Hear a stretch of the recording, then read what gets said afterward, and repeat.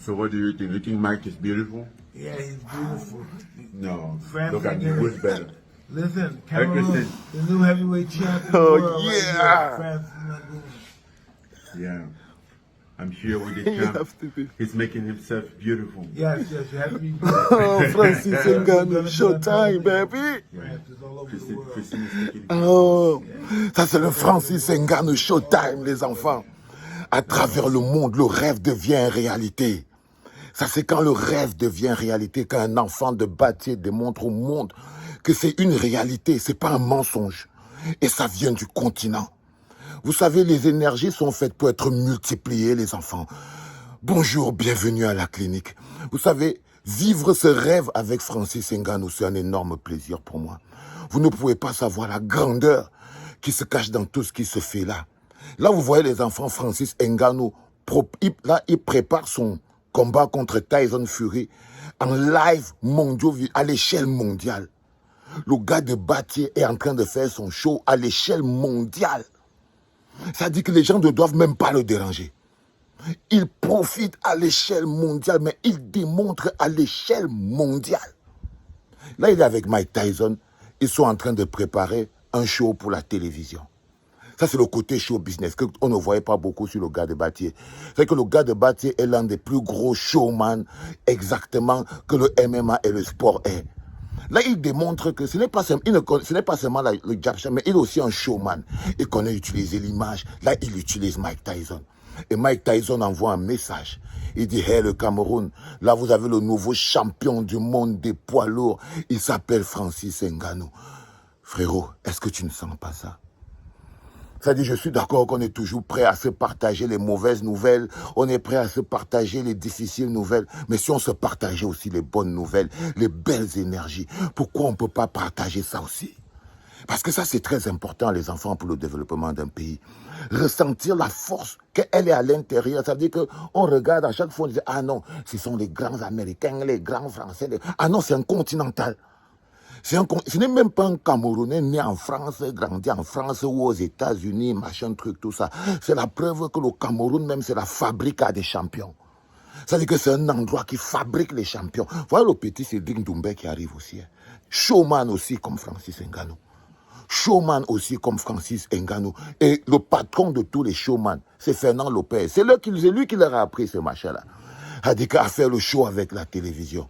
Les enfants, ça c'est une image du Cameroun que nous, notre potentiel doit nous permettre de vendre et de diffuser. Parce que d'où c'est qu'ils soient, ils doivent savoir. Ils doivent savoir que quand tu poses ton passeport ndolais, on te demande tu dis que tu viens de la fabrica, le continent. Le continent, parce qu'ils connaissent qui est Francis Ngannou. Ils connaissent l'histoire de Francis Ngannou. Donc quand ils vont te regarder dans tes yeux, ils peuvent savoir la détermination qui peut animer un gars comme toi. Ils peuvent savoir la détermination qui peut animer un gars comme toi, frérot.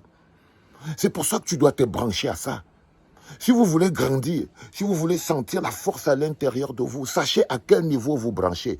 Sachez quelle est la bonne batterie et la préparation de ce combat.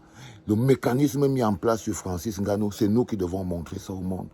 C'est-à-dire qu'on a beau leur montrer aussi nos routes pourries, nos ponts cassés et nos vieilles marmites. C'est vrai. Mais on doit aussi leur démontrer que l'amour qu'on a pour les nôtres, on est prêt à les porter.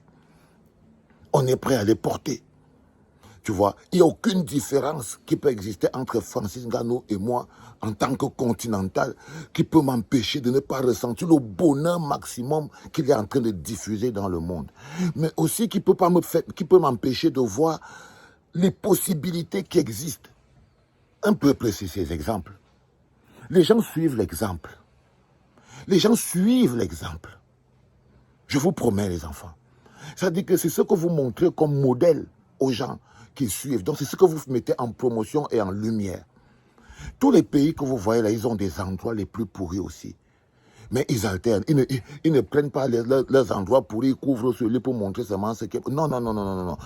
Ce qu'on fait, c'est qu'on multiplie, on industrialise la capacité des Camerounais à être totalement des showman dans le domaine, à faire du chiffre et à faire de l'argent.